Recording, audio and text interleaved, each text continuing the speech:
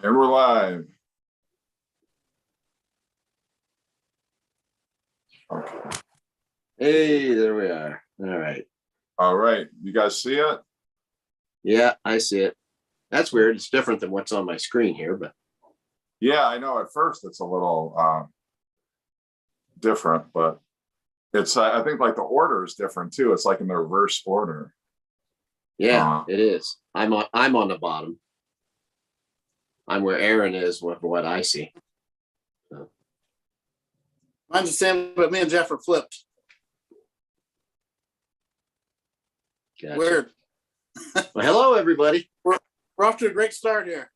Yeah. Oh, the excitement. Yeah, don't mind us. We've only been doing this for a month and a half now, and I still haven't gotten it figured out. So Yeah, what would be One of good these is if we had the comments underneath us. I know. I wish you could do that. I wish it had that feature to be able to do that. Because when I've done one with Rich, and he has the comments underneath it there, like on this screen. yeah, I got to find out how he does that. Really? Yeah. Huh.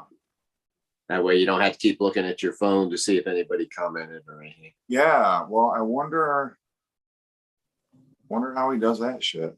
Huh. I don't know. Well, Yeah, if he happens to tune in, we'll ask him. Yeah, Trevor is with us. Trevor. Hi, Trevor. Thanks for joining us tonight. Trevor, he's the first person. Jeff, you might want to tell him what he's won. Yeah. You win our undivided attention for the next 10 minutes. Ask Aaron any question you ever wanted to ask him. Yeah, like, okay, here's a question, Aaron. What artist or band do you have the most albums by and that huge wall of vinyl behind you? No, that's easy. It's the Beatles. Beatles, really? Okay. Wow. I would have thought Kiss, really. Dude, I actually have it prepped. I went through and found my top 10 or 20, and I have it prepped over there, but I gotta find the paper. But it was Kiss. I mean, the Beatles, then Kiss, and I can't remember my number 3. I should go look. I got it right here, actually. Yeah. Let's see here. Hey, Rich is on the stream. Rich, how do I because Hey, Rich is here. Yeah, you've been doing this longer than we've been doing it, but how do you have it so the comments will pop up on Zoom, or is that not possible? I don't know. Because I have to look at my phone to see the comments, which it'd be cool if I didn't have to do that, but yeah. Well, I can't. It's over here somewhere. He says smoke and mirrors, but yeah, I don't know what that means, but yeah, welcome, Rich. Right here. I actually made this list and I was going to make a video on it. Is that you're the artist that you have the most records by? Yep. Number 1 is the Beatles. Number 2 is Kiss and Black Sabbath. Do you have the number of records by each artist? Yeah. Okay, well, we'll start there. Start with number 1 and the number of records. You say you have Beatles. How many Beatle records you have? Then how many Kiss records you have? And then how many Depeche Mode albums you have? And however that. Yeah. Yeah, the Beatles. I got 68 Beatle records, and then Kiss is number 2. But this isn't with the Kiss solo or the Beatles solo. So Kiss was number 2 with 50. The Black Sabbath was number 3 with 27. So it drops down pretty quick. Metallica is number 4 with 26. Wow. The Beach Boys are my 5th. I have 26 of them also, so they're tied with the Metallica. Now, and then I didn't know Metallica had that many. Well, there's bootlegs, there's live albums, there's stuff like that. So do you count EPs? EPs, yeah, stuff like that. But like I have that box set with all their EPs. I count that as one. Okay. So then Clutch is next with 25, even though they don't have that many either. And then the Rolling Stones are 7. My 7th with somewhere. The Rolling Stones 25, Sam's Clutch. An Iron Maiden with 24. AC's next with 22. Deep Purple and Alice Cooper are tied at 20. That's what I have the most of. Wow. I don't have a whole bunch of like double, like same album, different pressings. I have a few, but not too many. I usually keep one, unless it's something different on it. Okay. Rich does his on StreamYard, he says. Yeah, I saw that. I don't know. I'll have to figure out if that's an option or not. But all right. So be it. Gary, how about you? What artist or album do you have the most records by? I don't know because I haven't figured that out, but I would probably guess the Rolling Stones as far as just vinyl. Now if you're adding the vinyl and CDs, I don't know. Kiss would be, now if it was vinyl and CDs, it would be Kiss because I had so many doubled things on them. So, but yeah. I did that video. And it was actually, Mazzy, who did the original video, that gave me the idea. He was showing like the artist that he has the most from his collection. And I did, the video I did, I had said, I've got 170 Beatle records, and somebody commented on it. How can you have that many? And it's like, are you kidding me? Like, don't you know, like Beatles have, probably the largest catalog, available of any artist, because you got the UK pressings, you got the US pressings, you got the US stereo and mono, you got the UK stereo and mono, you've got greatest hits compilations, you've got bootlegs, you got live albums, you got foreign pressings, all that, I mean, it's same like with the Rolling Stones, you got US, UK albums, which of course the UK albums are impossible to find over here. But especially those early bands, you got the US and the mono, or I mean, not the US, the stereo and the mono copies that you can get of each. But I think mine would probably change. Like if I assume that it's the record store that Aaron goes to, where you get all those like bootleg kind of records that you get, because I would probably be buying some more of those.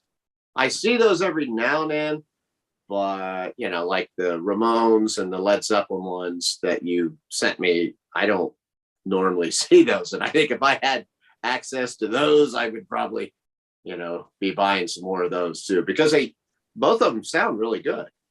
I mean, I've had some CDs like that kind of type thing, but I haven't seen vinyl like that since back in the day, and back then, those kind of vinyl normally sounded shitty.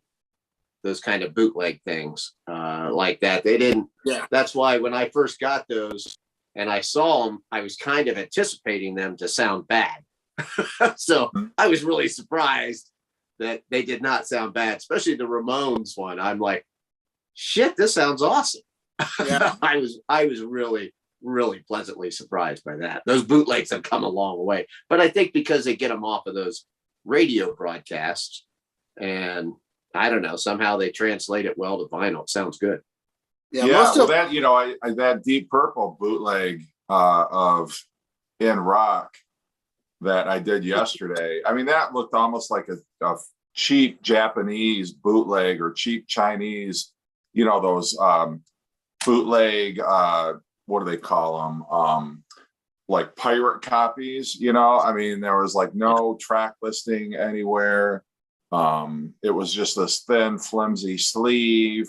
The poly inner sleeve, if you can even call it that, didn't even fit inside the sleeve of the record. But yeah, I've gotten burned before if you've gone on eBay and, oh my God, that's an amazing price for that box set, or that's an amazing price for, like for instance, this is like a Chinese counterfeit version of the Rolling Stones mono box set. It sounds amazing. I was worried it was going to be, these are like, cheap stereo versions. They're not even going to be in mono, but this sounds incredible. And it's funny because I ordered 2 different copies of this, And on one, like the CDs are like a half an inch shorter than the ones in the other box. That they're both counterfeits. They both ended up counterfeits, which I guess I should have known because it was like way cheaper than you could ever find like on Amazon or anywhere.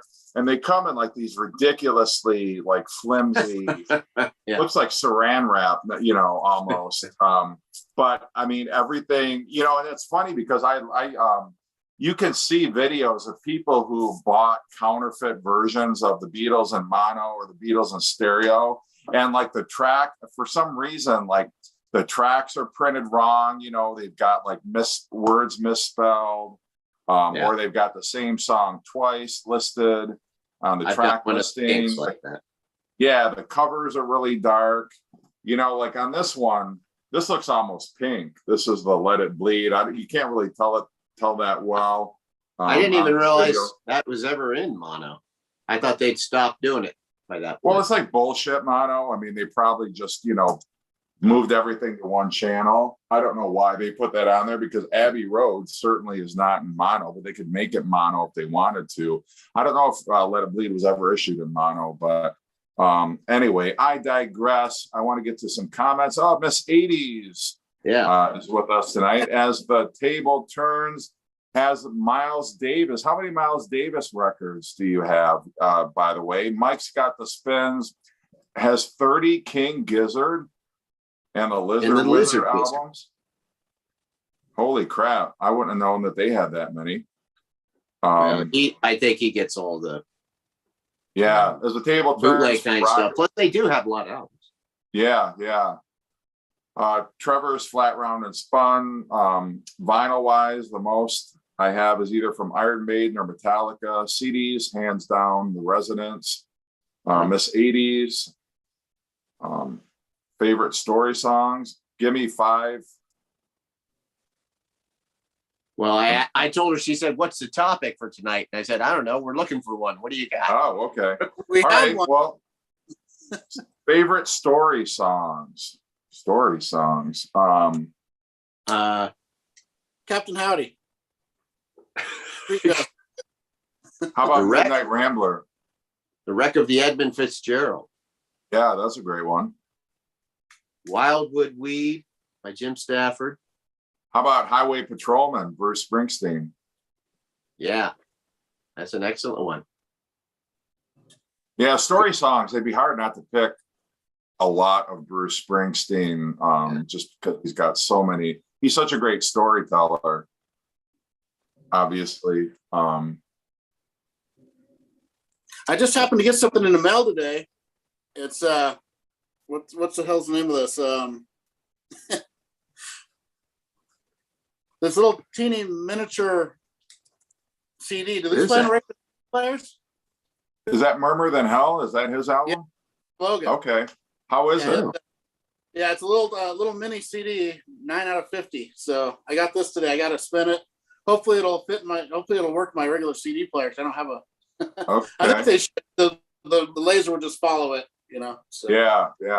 Loyalty Snob. That's what it's called. Loyalty Snob. So Logan. 39 by Queen. Wow. Stories. Hey, Angel.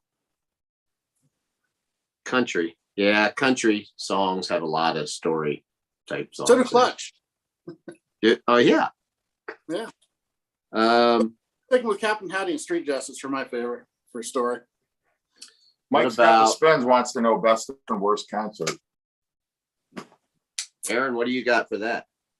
Best concert? Kiss Hot in the Shade with Slaughter opening up. That was my favorite. Amazing show. They sounded great. And my worst, got it. I haven't really been to a bad concert. I enjoy all of them.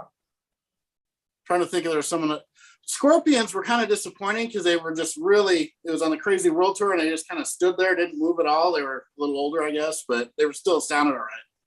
Yeah. But I haven't really have you ever been to a concert you didn't want to go to? Like, did you ever get dragged to a concert for an artist you had no interest in? Yeah, but go ahead. I was just going to say, yeah, but I don't want to say who. So. No, I don't go to them if I don't want to go to them. So Yeah, I'll say it. Kid Rock. I think I mentioned this in one of our videos before. That asshole.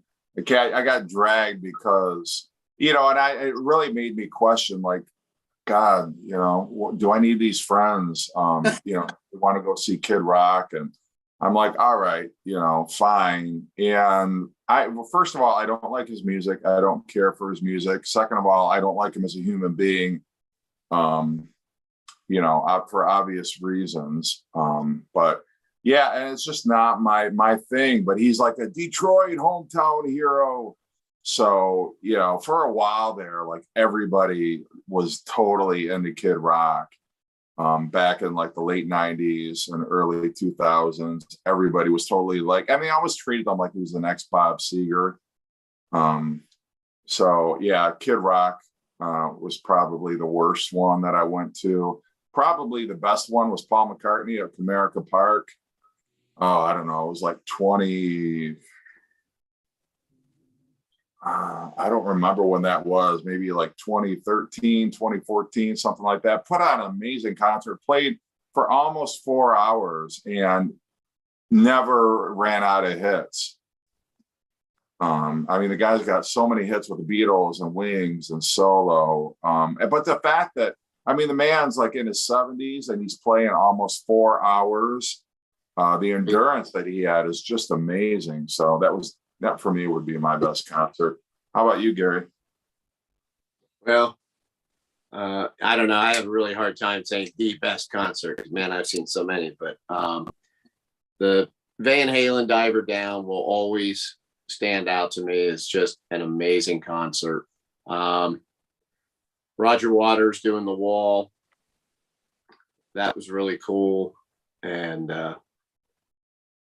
probably the Stevie Ray Vaughan, Jeff Beck tour. Those are some that, just kind of pop up as all-time greats. And then worst. So kind of like Aaron said, I'm not saying this is a bad concert. It was not a bad concert. But I was just disappointed when I saw Rush. The first time I saw Rush, just because of the time period, it was like, the mid 80s or somewhere right around in there. I can't remember. Not like the Big Money tour, but whatever the album was after that. I can't even remember now what it is. But by that time, Hold Your Fire? Yeah, Hold Your Fire, I think. But anyway, I don't know. Rush had kind of changed. And, my favorite Rush is 70s Rush. And so when I saw him, because it was the first time I saw him, I wanted to hear a lot of stuff that they didn't play. And by that time, the guitar was very watered down. There was a lot more, synthesizer driven music, not using synthesizer like in the background. It was in the forefront. And they had so many pedals and stuff that they played that they didn't move around very much. And it's not that it didn't sound good, but I don't know, it just didn't rock. Literally when they started playing at the end there, they were doing some older songs, and I think they were doing Finding My Way. And I didn't even recognize it at first because the guitar was down low, it was watered down. And I'm like, I don't know, I left just feeling like I got gypped. It's like, I didn't get to see my Rush, so that's probably the most disappointed concert, I'd say. Yeah, well, that's hard for certain bands, because when they, had two eras of music, yeah. And, especially once the 70s and 80s, because the 70s and 80s almost are polar opposites in terms of styles of music. And in the 80s, you had more, synthesizers and in some cases drum machines and things like that. That was like a band like Genesis. I saw Genesis on the Invisible Touch tour. And, I think they played maybe one song from the 70s, their classic era, nothing from the Peter Gabriel era. I think that, and I forget what song they played from, when they had Steve Hackett. I don't remember which one it was, but, it was just a different band. They were touring different music. And fans, I think a lot of fans who had come to Rush maybe from moving pictures forward wouldn't have known any of those 70s, their classic 70s stuff, the progressive Rush, as it were. That's the thing. A lot of people jumped on during moving pictures. Mm-hmm. You want to do some of these comments? Mm-hmm. So let's see. I'm just going to start here. Rich Strickler is saying "Tangled Up in Blue" by Bob Dylan as far as the great storytelling goes. Oh yeah, that's a fantastic storytelling album. Yeah. Mike's got the spin, picks 99 Red Balloons for telling a story. Miss 80s Miss 80s says, back to the most collected part. She says Queen for her. She got about 50 records so far by Queen. Wow. Mike saw Slaughter open for Ozzy in 1992 as far as great concerts. Trevor's Flat Round and Spun says favorite concert, Neurosis in Flint, Michigan. 1999 was mind-blowing, super heavy. Miss 80's best concert was a Zac Brown band with Blackberry Smoke. Worst has to be New Kids on the Block a couple years ago. And she says only because the audio in the venue was atrocious. And she says, don't judge me for being a New Kids fan. Okay, now listen, my wife is going to see New Kids on the Block in 2 weeks. So I cannot say anything bad about New Kids on the Block, at least without lowering my voice. But I never would. And I don't judge people. Like, I really don't. Like, I don't judge people. You don't like music I don't like. I'm not going to be like, well, you suck or anything like that. I mean, I think we all have to appreciate, and that's what I wish there were more of, was you don't like a band I like, that's fantastic. I don't like a band you like, but I appreciate the collector, the music fan in me appreciates the fact, just like, like for Chris, for instance, I'm not a Rod McEwen fan, but I love watching, somebody who is so passionate about that music and wants to collect every single record by that artist. I think that's something I can identify with, even if I don't identify with liking that artist. But New Kids on the Block, yeah, I remember working at Kmart when I was in high school, and all the New Kids on the Block merchandise and the cassette tapes and everything was like New Kids on the Block. So yeah, I remember that well. I would never judge you though. I'm sorry. Anyway, I digress. Go ahead, Gary. Let's see. Angel's Final World. Angel asked, which album would you guys wish would get a reissue on vinyl because that the OG is too expensive or just simply out of print? His would be Badlands. He said that, which that's a good choice. That album has been bootlegged on vinyl and CD. You guys want to answer that first? Right there. Wild Side Under the Influence. How do you have that? How do you have that right there like that? I just grabbed it. It was Did you grab it while I was talking? Yeah. Hey, that's up. All my stuff's alphabetized, so I can find anything pretty quick. Well, we were actually just discussing this, I think, before we were on air. Yeah, I know you like that. I'm kind of happy that they're reissuing some of the Animals. We were discussing that because they're hard to find, in good shape. I mentioned I wish they would do the Eric Burdon Declares War. I'd like to see that reissued. This one here I've been waiting for over a year. I pre-ordered it not this May, but the May before. I paid for it. I'm still waiting for Slaughter, Fear No Evil. It's supposed to be out here any day, but I've been waiting for over a year for this thing to come out. Nice. Yeah. Angel's Final World. Favorite concert will always be Iron Maiden's World Slavery Tour, also known as Live After Death.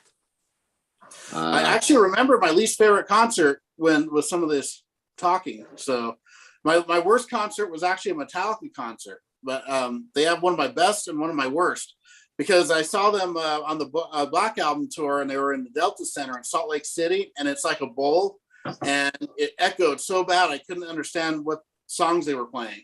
So that I forgot all about that. That would be my worst concert. Okay. It's like I'd be halfway through a song before I figure out what song it was. And I had that with Kid Rock. You were talking about Kid Rock. I saw him live, and it sounded like total dog shit. I could not understand anything. Gary, even if it sounded great, even if you could understand him perfectly, it would sound like dog shit. Let's see some more comments. Let's see. Where did I leave off here? Oh, Trevor's flat, round, and spun vinyl. Worst concert: Kiss and Motley Crue. With Motley, in a word, Vince. Yeah.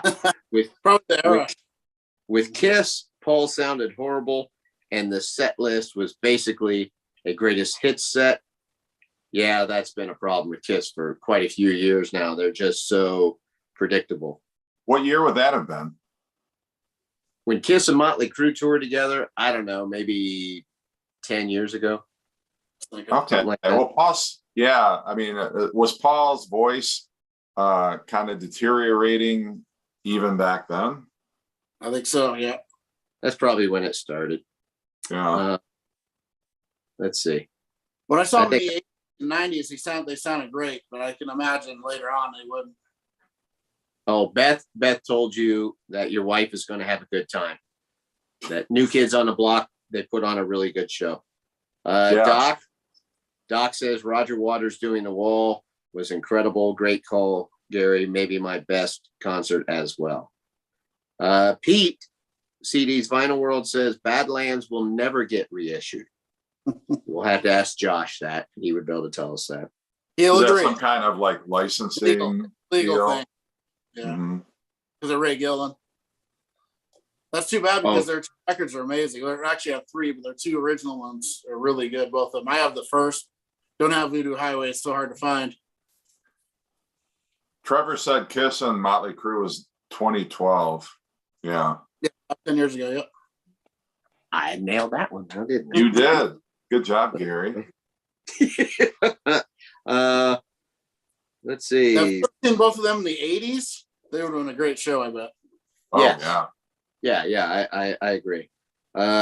Miss 80s, I would love it if they reissued the first three of the Darkness albums. I don't know. Are you guys a fan of them? I've never really gotten into I them. only know their first album. I only know, you know, the one that's got Black Shuck or something like that on it, or I Believe in a Thing Called Love. I know that album.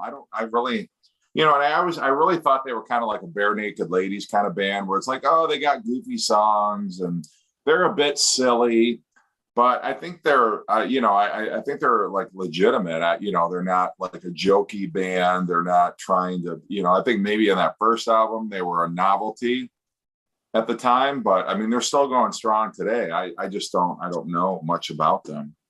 Yeah, me either. I got one of my best friends loves them. He thinks they're awesome. So, Pete said that Kiss and Motley Crue did tour together on the Creatures of the Night tour, but I don't know if they did. Maybe they did some show. I saw the Creatures of the Night tour, and when I saw it, Night Ranger opened up. Night Ranger was on their first tour, so I don't know. That's pretty good. What else you got? Oh, somebody asked a question of you guys. Shit. I think I can't remember who it was. I think maybe Mike's got the spins. Asked, what's the next album you guys plan on purchasing? Well, I just pre-ordered this one. Just pre-ordered this Brittany Fox Bite Down Heart. It just got a vinyl reissue, so it comes out next month. I just went and ordered that yesterday. So it's the third album they did. It has a different singer. It's really good, actually, though. Good album there. Oh, I didn't know that. I didn't know they changed singers. Yeah, Dizzy Dean Davidson left after Boys in Heat and formed Black Eyed Susan. Oh. And then singer, and that's a really good album, though. They do what's that? There's a cover song in here. It's really good. Midnight Moses. That's really good. So, but this is a great album. It's only like $22 to order it too. So, and this one I'm really looking forward to. It's coming out on vinyl soon. I'm very excited. So I pre-ordered that. I don't ever pre-order stuff, but Josh has got me pre-ordering all these albums. We got them at my record store and they do it for me. So I've got both the Union albums I'm waiting for. That's Bruce Kulick and John Corabi's band. They're a great band. You know what? I don't know any of their music, but with those two in the band, yeah, I definitely want to get that. This right here, that's actually my favorite album John Corabi has ever done. Oh, well, then I know it's got to be good then. Yeah, it's really good. I think the next thing I'm going to get new-wise is the latest by Michael Schenker. I want to pick that up, and also Graham Bonnet band. Those are the two. I actually, the last time I went record shopping, I was looking for them and they didn't have it. So I don't know. I'm not a big fan of ordering too much online, but I will when I have to. So might have to do that. Yeah, I never do it. I got it on my record store and they order for me. So I don't do any online. I probably could do that, but it's not.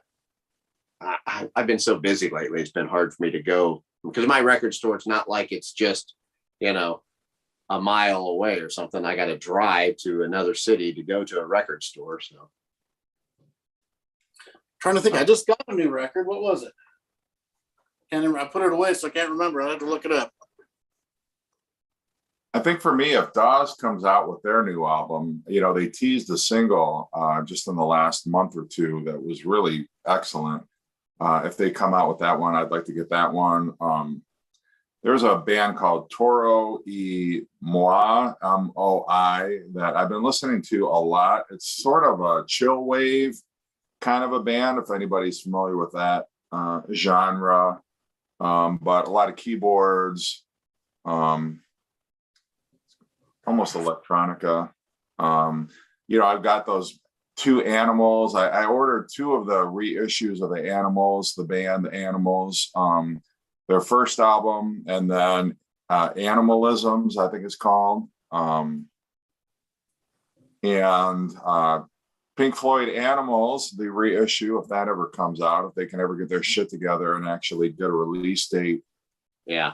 Set for that one. Although, if I was smart, I wouldn't buy any music for at least a month. I feel like I have quite the collection to listen to right now. I just haven't had the time. I think the last thing I've been trying to, I try a lot of times. The only time I find to listen to a record is when I go to bed. I will go into bed and play a side of a record. And so probably right now I've been playing that Tears for Fears a lot.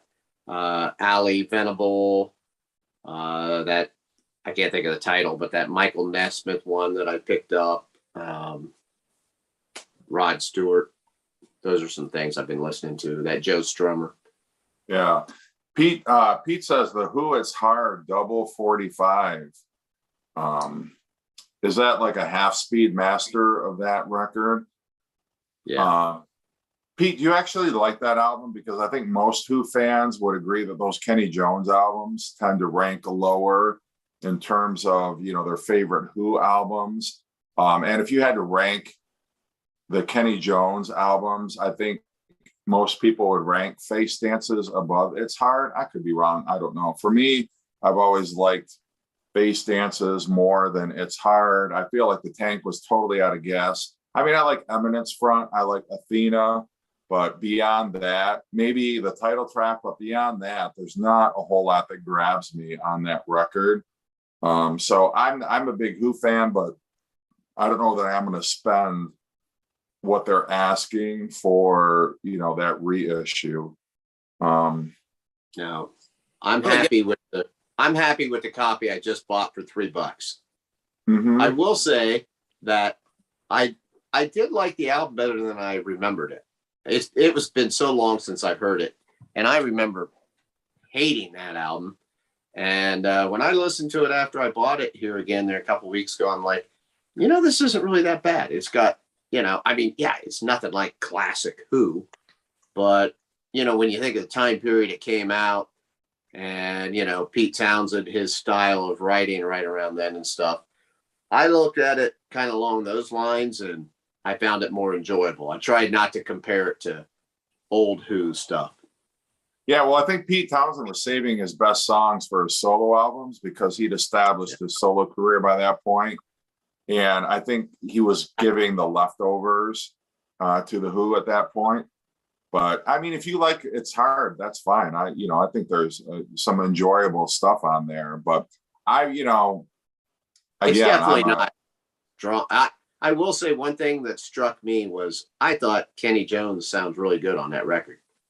Mm-hmm. A lot of the drumming that he does, I don't know. I just thought he always kind of gets forgotten because it's like, oh, well, here's a guy that came after Keith Moon, but he was a very good drummer. Yeah, he was not some, fly by night nobody. I mean, he'd been in Faces. Exactly. So he was a well-regarded drummer. I think he and Roger Daltrey did not get along. And that's why in future incarnations of the Who, Kenny Jones was not a part of that. Is Kenny Jones still alive? Anybody know? I'm not sure. I can't remember. I'm trying to think of the people who have passed away in the past 5 years. I know very little of the Miss 80s. I personally cut back on doing pre-orders. I only have one right now coming. Mike's Got the Spin says yes, comes out tomorrow with a live 1982 in Cleveland. So that has to be on the 90210 tour then. Or was it the Big Generator? I think it was the 90210 was the album that was out back then. But that's cool. Is it a double album or a single album? I did not know that album was being released. I don't know. Hi, Rob T. At first he said it was UFO, but now he said yes. So I'm confused. But okay. Kenny's alive. Kenny Jones still alive. Okay. Worst Who album, Endless Wire. Are you familiar with Endless Wire? What do you think of Endless Wire? I don't go to it a lot. But I think it had some decent stuff on it. Yeah, I think Man in a Purple Dress. Okay. Oh, yes, yeah. That's great. Yeah. I just don't remember a lot off of it. I mean, that's sort of the thing is, I buy it when it comes out. I'm like, oh, great, a new Who album. I listen to it once or twice, and then I just kind of forget about it if it doesn't grab me. I like Who, the album that came after that. I like Who better than Endless Wire. I mean, and you could make a case for Endless Wire being the worst Who album just by virtue of the fact that, John Entwistle isn't on it, or Keith Moon, obviously, but yeah. This is my favorite Who. It's called the Garrig. What is it? Who? It's the Who. H-U? Oh, okay. They're Mongolian heavy metal kind of throat. Yeah, I remember I remember you showing me that album before. Yeah. I just assumed that was some kind of crazy bootleg you had. Well, that's what I did too. I'm like, I don't recognize that. It's got to be a bootleg or something. It doesn't even look like the Who. Yeah. I've always been a Guess Who fan than Who myself, but I do like the Who. Okay, Mike. All right, Mike is saying UFO is dropping an album tomorrow, not yes. So he must have just been confirming that there was an album coming out by UFO, not the band. Yes. Okay. Well, that would be pretty cool. A live album from UFO in 1982. I would definitely be interested in that. I got to look that up. I didn't know anything about that. It's from Cleveland, Ohio. So, okay, you might have been there. I was not, unfortunately.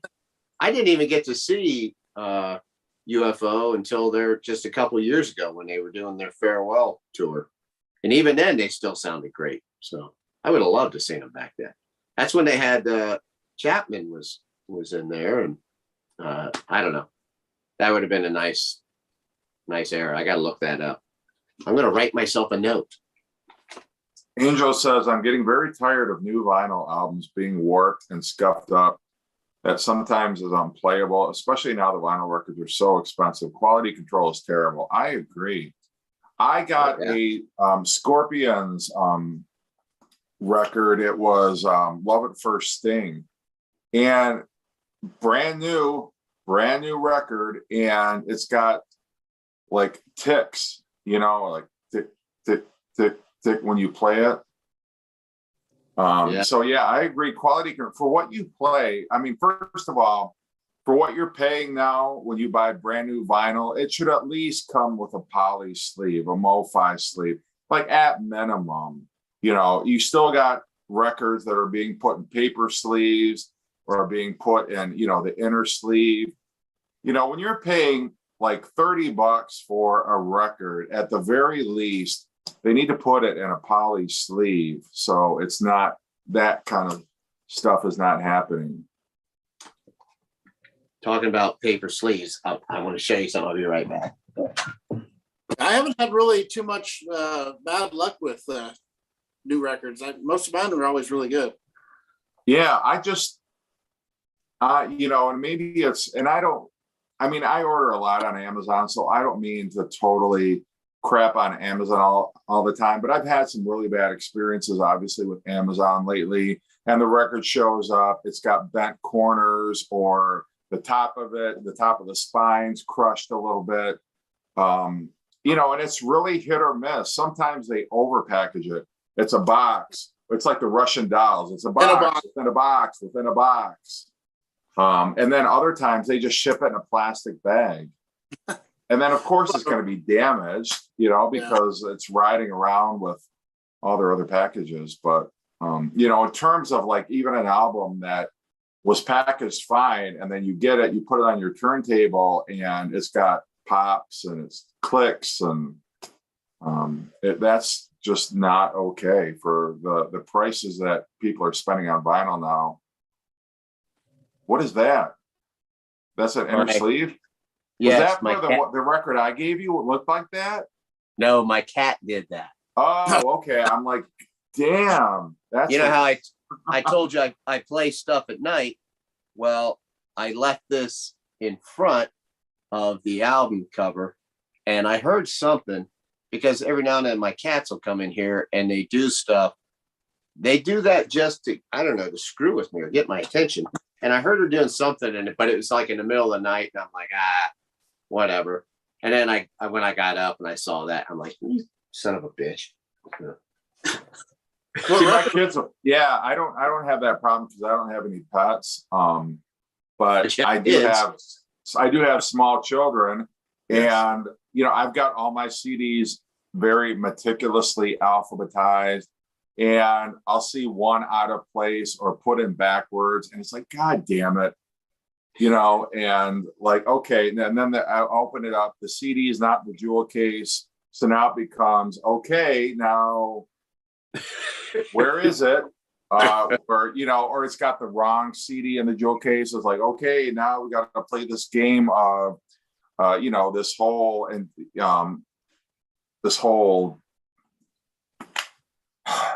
anyway. Well, I don't want to go there, but you've seen some of my shelves where I've got all the little figures and stuff on there. Well, I have a 3-year-old granddaughter who obviously, when she sees things like that, they're toys. So she's just grabbing them, when she visits, like if she comes in the room here by herself without me, and I'll come in later and I'll look and I'll see things all kind of facing different ways and everything. I mean, she's pretty good about putting them back in a certain area, but she has certain ones that she's always picking up, and she's only busted, I think, like 1 or 2 of them, so she's done pretty good. Yeah. Well, having said that about my kids, my uncle will still tell the story of, my uncle was younger than my mom was, and so when I was little, I was a toddler or whatever, I would go over to my grandparents' house. My uncle still lived with my grandparents, but he was like he had the coolest music collection in the whole family. And he still tells a story about how he was playing Let It Bleed by the Rolling Stones. He had it playing on the turntable, and I went up to the turntable and just went boom, like right on the record. Yeah, I would have. I don't know how he reacted, but I know how I would have reacted, and I'm sure he reacted better than I would have reacted had that same scenario happened with one of my nephews or one of my kids. But yeah, I'm sorry that happened to the inner sleep, Gary. But well, I mean, I'm going to put it in my own sleeve anyway. I just hadn't done it yet. But yeah, that just looks crappy. I hate it that they did that. At least it didn't get onto the lyrics. We got more good comments here. Mike is saying, I don't hate anyone making music. It's not about hate. And then Mike is reacting to my cat thing. He said, my cat ate my stash. And he said, now he's in the kitchen making tacos. Trevor says, Gary, we have a new puppy, and that is my worst nightmare. So the albums are in a closed room. Angel says, cats love turntables. They love to lay on top of the dust covers. Rob P, remember Sam's Jams record store, Jeff? Oh yeah, I totally do. There was one, I believe it was on Telegraph and Ford Road, just south of Ford Road on Telegraph. I totally remember Sam's Jams.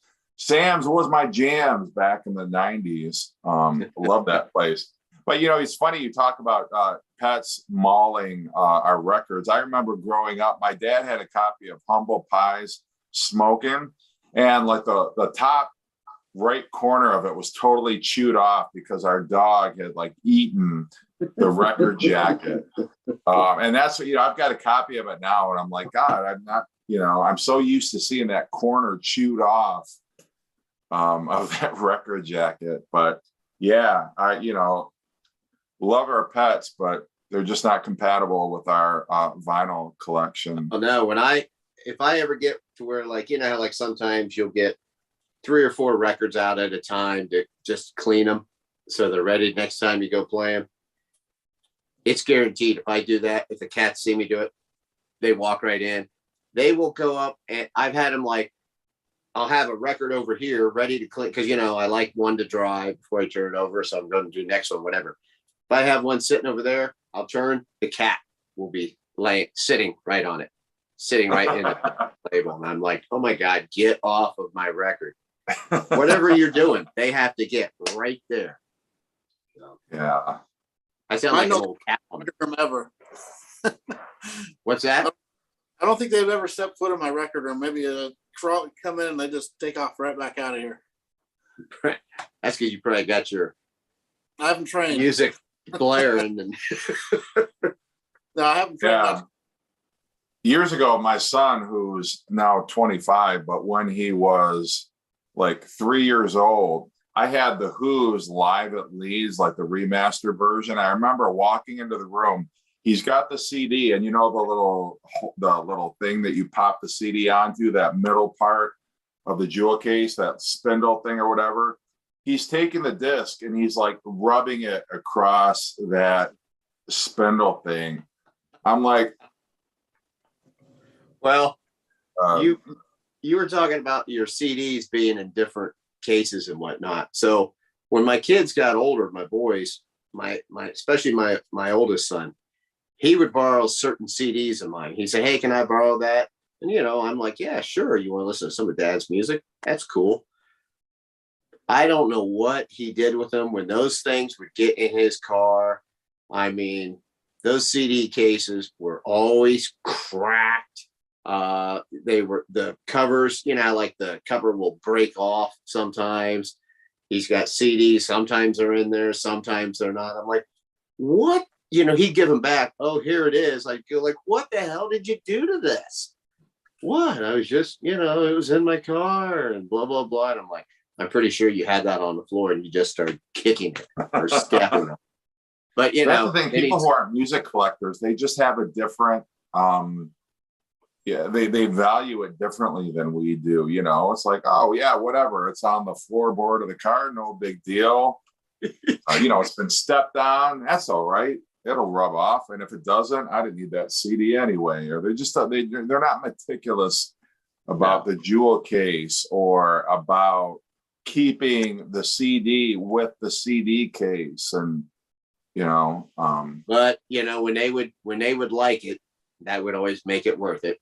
You know, I'd be like, oh, Yeah, you like like that Rob Halford solo album? That's okay. You beat it to hell. I'll get a new one. Yeah, well, it's like my kids with their Xbox games, which, like, why do I care? But it's like, you've got the goddamn kart racers, Mario Kart racers, and the Madden 2022. What are you doing? You know, like, I lose my shit about it. I'm like, what? All right, why do I care? But that's like the OCD. And Why do I like, care? I'm not why? Yeah, or they're just like laying out. I'm like, what? Are you crazy? There's going to get scratched up. You're never going to be able to play them again. But anyway. My 30-year-old when she was 2 years old. Oh, Rod's on here. Rod the Happy Hippie. Oh, hey, Rod. He says, my 30-year-old when she was 2 years old, took all the tape out of my Nirvana Nevermind cassette. She's 30 now, so I didn't kill her, but I wanted to. Yeah, like if that ever happened to me, like I couldn't send my kid to school for 2 weeks because that's how long it would take the bruises to heal up, you know. But anyway, Aaron, you feel like you've been quiet for the last half hour. Yeah, say something, Aaron. I've been dominating the whole discussion. So, what's on your mind, Aaron? I'm just missing my records that are supposed to be down here. Yeah, I mean, doing a bunch of records, you know. So we're just playing loose and free with the whole discussion. Oh, yeah, there you go. What's up? What shirt are you wearing there, Aaron? Oh, That's it's a Charger shirt. It's the Joey Bosa. Yeah. Oh yeah, he's an Ohio State guy. Yep. Getting ready for this season. It's gonna be a good one for me. Should be. Yep. Pete says I don't care. Huh? Yeah, I'm just trying to back up on the comments. Rod says, my 30-year-old, okay, that was the Nirvana comment. Flat Round and Spun. I'll be seeing Ron from the Necros next month. He's a Negative Approach now. Have some Negative Approach. Have one of the records. Meat Men are still at it. God, I remember the Meat Men. Holy shit. That was like early 80s. I don't remember them, but I do have the. I'm trying to think what Meat Men song did I know. It was God, that takes me back. Rob P's talking to Rod and about the cassette and says she did you a favor. oh, dang. That's what we call a burn. Negative Approach. Yep. Oh, well, of course Aaron has that. I kind of figured when I saw that on there and I'm like, I don't know who this is. And I thought, but I bet Aaron does. Yeah. Mike's still asking if we have a topic yet. It's fluid. It's fluid, Mike. It's fluid. See, that's the great thing about doing a live stream is we're so adept on our feet. We can just improvise and we can take any topic and just completely run with it. We've already talked about our least favorite and our favorite concert. We've talked about releases that we're looking forward to. Why are you showing that, Aaron? Because of Gary's video earlier with his top 5 badass Van Halen songs. And I was saying we should do the, what was I saying? The 5 child songs. Oh, yeah. And by child. So anyway, if you're not familiar with it, Gary did a video, Van Halen's top 5 most badass songs. And we were kind of joking amongst ourselves about, we should do a Van Halen's top 5 songs that are appropriate for children is probably the best way to characterize that. And they were all Sammy Hagar songs. It's so weird. They were Sammy Hagar songs. Like we had Dreams. We had Why Can't This Be Love? When It's Love. When It's Love. When It's Love. When It's Love, whatever. Yeah, well, that song too. When It's Love. Also, name a Sammy Hagar song. Kids would it'd totally be appropriate for your kids. Or your teenage Tattoos. daughter. Yeah. I love this record, by the way. This is a great one. Tattoos. I can't believe you have that on. it. Now, You got Aaron, that. where does that rank among the DLR albums for you? Is Me, it better than any of the original 6? I think it's not quite as good as the original 6, but it's right. It's really close. Mm-hmm. I really love Stay Frosty and Beats Working and Out of Space, Honey Baby Sweetie Doll. I love all this stuff. Bullet Head.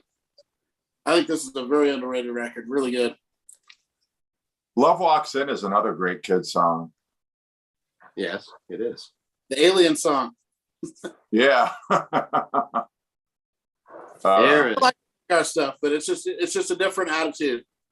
The David Lee Roth was kind of like you were saying, badass, and they kind of mellowed it out. There's just something about it was different.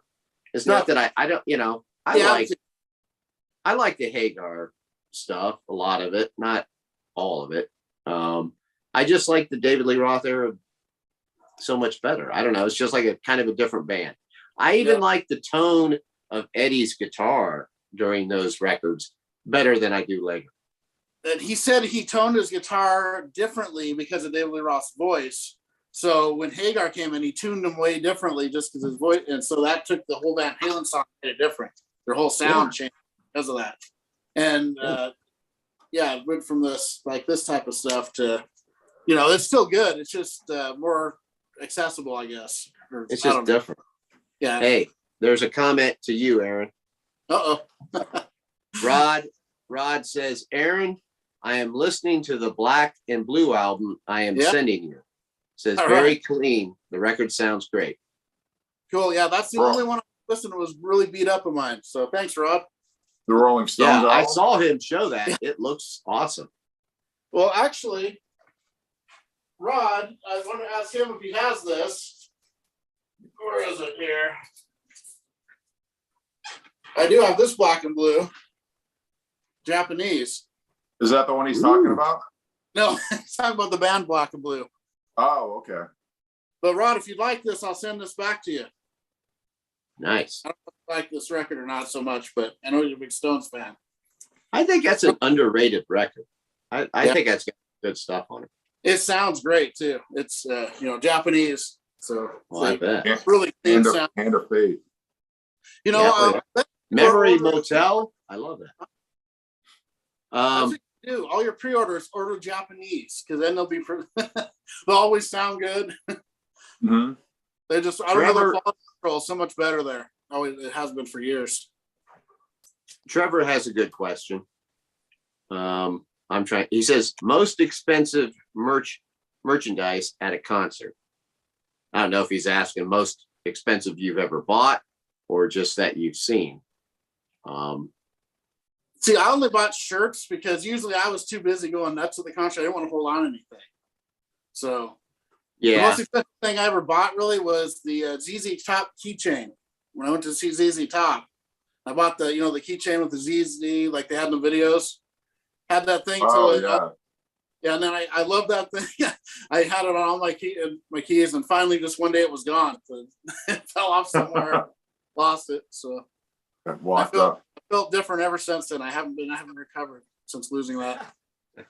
Yeah. I think a lot of times the expensive stuff is like, sometimes they'll have something signed by the band. That can get expensive. I know like Kiss, I saw Kiss and they had like a leather jacket, of Kiss Army, and it was a few $100 or whatever. I mean, I'm sure there was probably, I've seen some other crazy shit, but normally that kind of stuff, I get a t-shirt, maybe. I don't always get a shirt. Occasionally I get the occasional tour book. I haven't done that for a while. Maybe a koozie here and there, different things. It's really hard to hold on to a tour book, but you're drinking a beer and headbanging at the same time. It just, it doesn't. I try to buy them after the concert, and it's just too late. Usually, they can't get them. So I just went to have fun usually. Yeah. Well, I got at that last show I went to. I got a shirt, and then I bought that album that I gave you. And I think that was it. Or I can't remember if I bought like some other little thing or but sometimes you buy stuff and then they'll, they give you free stickers or things like that. So that's cool. But Brad wants to know the most we spent on dope at a concert. at a concert, I don't think I've ever spent. I always buy my dope before the concert. I never buy dope at a concert. I always get it ahead of time. Well, I don't know. I can remember going to like the Toledo Sports Arena, and they pass around the big Cheech and Chong type. I remember when that happened for real, and I'm like, oh my God, this is just like a Cheech and Chong movie, because it's this gigantic doobie that's being passed around. It's weird because my first concert I ever went to, I think I was 14. Was that when it was Huey Lewis Sports? Was that 84, that record? I think so. Yeah. 83 or 84, yeah. Yeah, my dad took me to the concert, and I was like amazed at Huey Lewis concert. That's all you could smell. The whole place was Huey Lewis. So that was actually a good concert. Huey Lewis fans are big potheads. Yeah, they were in the 80s. We got some more comments. Let's see. Pete CDs. My son got an Eric Singer drum head for $30. It was cheaper than the shirts. My brother-in-law got one of those too, actually, from We Saw Kiss. George says he got a Devo hat for $10. Trevor's flat round spun vinyl says he got a Heaven and Hell denim jacket. He doesn't say how much, but that'd be pretty cool.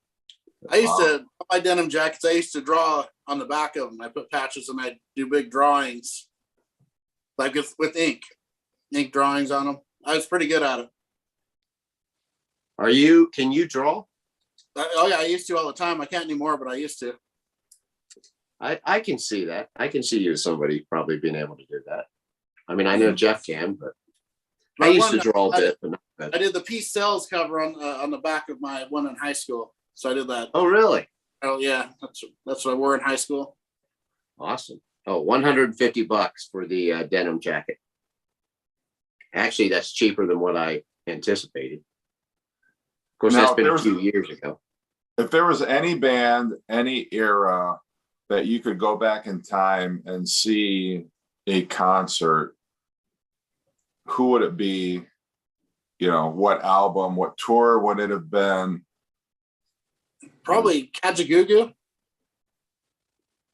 1986. Tour, the White Feathers tour? No, I don't. It'd probably be Kiss in the 70s, so I missed out on that. Like somewhere in the Love Gun era, probably. Mm-hmm. Maybe Dress to Kill era, even, or Hotter Than Hell. Before they kind of broke big. Yeah, that would be pretty cool. Mm-hmm. Maybe Purple background Fireball era too. That'd be cool. Mm-hmm. I'd love to see Led Zeppelin on their Physical Graffiti tour, 75. Kiss. I would love to have seen Kiss on either the Hotter Than Hell or Dress to Kill tour.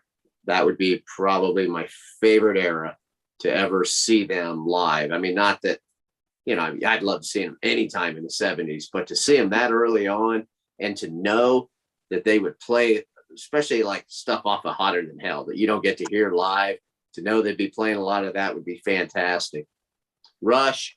I'd like to sing Rush early on, like on Farewell to Kings. Yeah, I think for me, it would probably be Pink Floyd on the In the Flesh tour, which was the Animals tour, when you had them performing almost the entire Wish You Were Here album, a lot of great songs from Dark Side of the Moon, the Animals songs. I think that would have been that for me. And I know, Roger Waters' disenchantment with performing live in stadiums was what led to the entire concept of the wall. But I still, for me, I mean, I love Wish You Were Here. I love Dark Side of the Moon. I love Animals. Those are probably my three favorite Pink Floyd albums, and to be able to see them perform so much of that material live, for me, I think that would have been phenomenal. Yeah, that'd be right up there for me too. I have a guy, well, he just retired, but there was a guy that at work that saw that tour. And he would tell me about it. And, of course, I'd always be like, "Ooh, tell me the story again," But then he always has to talk about, well, we got so wasted. And then there were people doing, shooting fireworks straight up, and they were coming down, and it was crazy and all this stuff, It's like, I just want to hear about the music. I don't want to hear about all your nonsense. Did Roger Waters spit in his face? He did not mention that, no. But he was one of those people who, anytime I would talk about it, he'd always say how Roger Waters is nuts now. And, he goes, I don't know when he ever got so political and stuff. And I'm like, well, I think it was a long time ago, but. Yeah. Well, we're getting a lot of comments. I think we have hit a nerve with people, because we're getting a lot of comments about favorite concerts. Thin Lizzy in the late 70s, Rush, Rolling Stones, Sticky Fingers, or Exile on Main Street tour. That would be amazing. Yes. I'd like to see ZZ Top around the Fandango era too. I know you're not a big fan, Jeff, but I think they would have been great in that early 70s, mid 70s. Oh my God, that would have been a great concert. Or the Who touring Who's Next or Quadrophenia. Mongolian? What? Mongolian Who? Yeah. Yes. No, not Who, not HU. I'll take the Guess Who. You guys can go see the Who. I'll see the Guess Who back. Okay, yeah. Care of the Land, American Woman era. I did see the Guess Who, Aaron. I saw the Guess Who when they were reunited with Randy Bachman. Oh, that's cool. That was amazing. And you forget how many excellent songs the Guess Who have. They played all the Guess Who hits. They played BTO. Yep. And it was just so cool to see Burton Cummings and Randy Bachman together on stage making music again. Yeah, that was right up there. One of my favorite concerts. I'm not kidding. Well, I that too. They're one of my top 10 bands of the whole top 5 bands of the whole era. I do like them better than the Who. I always have since I was a kid. So I'm just a big Burton Cummings fan. So I definitely need to explore more of them. I only have a couple of their albums. Mike saw. I thought I did, and I bought the wrong Wheatfield thing or whatever it is. I got that other. That's the album after. That's a pretty good one too. But Wheatfield Soul and American Woman are probably my 2 favorite albums they did. Mike's Got to Spin saw a concert that would be a dream concert for me. He saw Iron Maiden open up for the Scorpions on the Scorpions Blackout tour. That would be killer. Nice. Yeah, that would be great. I did see not Motley, Guns N' Roses and Metallica on the last show of their double headlining tour in Seattle. That was really cool. And Motorhead opened up. So that was pretty good. Nice. I saw Jimmy Page and Robert Plant tour together. So that was pretty cool. Did they play together? Cool. No, they played together, yeah. It was when they reunited. Yeah. They did that semi-acoustic thing. And then they did another one where it was just all electric. They played some stuff off of that album, that Walking the Clarksdale album that they did together, but it was mostly Led Zeppelin songs. So that was pretty cool. Did they have a falling out? No, why haven't they done anything? Yeah. I mean, did they have a falling out? Why haven't they done any more projects together? Robert Plant, that he's always kind of shied away from a lot of that. And plus, he can't sing a lot of that stuff, a lot of that Led Zeppelin stuff anymore. So I think he likes things on his own terms very much. He doesn't want to have to listen to Jimmy Page is kind of my guess. Yeah. Uh, It's a shame, but it is. I did see Dio and the Lock Up the Wolves tour. That was really great, but I would have loved to see Long Live Rock and Roll era Rainbow live. Yes. Trevor said that he saw Metallica, Ozzy in '86, a few months before Cliff Burton died. That'd be a That's great show. incredible. Yeah, that would have been amazing. Yeah, I never got to see them with Cliff. I saw them 4 or 5 times after. And Justice for All was the first time I saw them. Yeah. That was a great Wow. show too. Queensryche opening. They did the entire Operation Mindcrime album. Mm. That was killer. Yeah, that would be great. What are we getting in the comment, Gary? Let's see here. LGF 213 said, I would have loved to go to the Clash of Titans tour. Yep, that was a great one. Exactly who was on. Was that with Van Halen headlining? Or was it Iron Maiden? No, the Clash of Titans was all those thrash bands, wasn't it? Or am I wrong on that? I was thinking that was kind of like that. Donington. I thought that was the Donington thing where they had a few different ones. I can't remember who was on that though. Yeah, maybe it is. I don't know why I was thinking it was like mostly those big four, but I could be wrong. Yeah, I'm not sure what the Clash of Titans is. Let's see. Mike's got the spin, says Ozzy turned me into security at Ozfest 2002. I was breaking the rules and I frightened him. Jim Boyer saw ZZ Top in the mid 80s. They only did a 45-minute show. It was nonstop music, no talking or extra guitar riffs. It was very odd. Mike's got the spins. Half of They wanted to get the hell out of there. Yeah. Yeah, where were they? Where'd you see them at? Sounds like they didn't want to be there. I saw them on the after and they were great. But I went to the 70s when I really would have liked to see them back in the early era of the. Yeah, I never got to see him until the Recycler tour. And that was good. That was still good. Mm-hmm. Ernesto Ramos saw Phyllis Diller live in Vegas. Pete, I saw Clash of Titans. Alice in Chains was brand new. Now here he says, okay, it was Anthrax, Slayer, Anthrax, Slayer, Megadeth, Alice in Chains. Yeah, that's a great one. I've seen Anthrax twice, Slayer once. Never got to see Megadeth or Alice in Chains, who are my two favorites of them. Yeah. Anthrax was great live. I saw them with Joey Belladonna and with John Bush. And they were great both times. Yeah.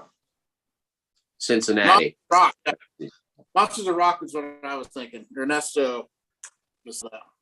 Oh, yeah, the one with Van Hagar and then Scorpions. Well, no, 2 different ones they had back late 80s, I think. Oh, yeah. Okay. Yeah. I'm getting them all. The Monsters of Rock was a thing in Europe, right? I think so, yeah. Yeah.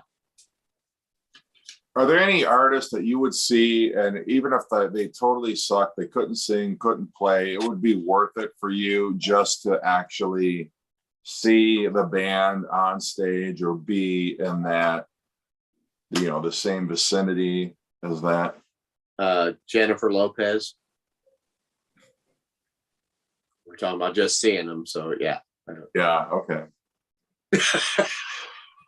Well, I was thinking like with the Monkey show that we saw with Michael Nesmith and Mickey Dolenz, like obviously not the best version of the Monkeys to see, but considering, Mike died, I think like a month after we saw him, not the greatest concert ever, didn't sound the greatest, but just seeing them was enough. Another one I would say would be Bob Dylan. I saw Bob Dylan.